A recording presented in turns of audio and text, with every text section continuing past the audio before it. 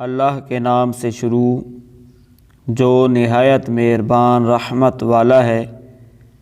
وہی زکریا جس نے اپنے رب سے دعا مانگی، عرض کی اے میرے رب مجھے اپنی بارگاہ سے پاکیزہ اولاد عطا فرما، بے شک تو ہی دعا سننے والا ہے۔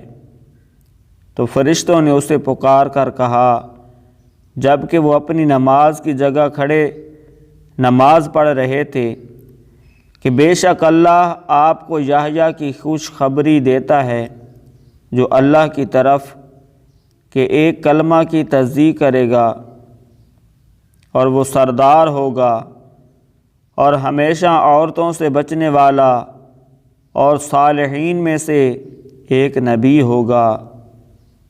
عرض کی اے میرے رب میرے ہاں لڑکا کیسے پیدا ہوگا حالانکہ مجھے بڑھاپا پہنچ چکا ہے اور میری بیوی بھی بانجھ ہے۔ اللہ نے فرمایا اللہ یوں ہی جو چاہتا ہے کرتا ہے۔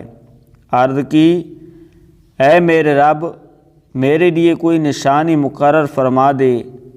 اللہ نے فرمایا تیری نشانی یہ ہے کہ تم 3 دن تک لوگوں سے صرف اشاروں سے بات چیت کر سکو گے اور اپنے رب کو کثرت سے یاد کرو اور صبح و شام اس کی تسبیح کرتے رہو۔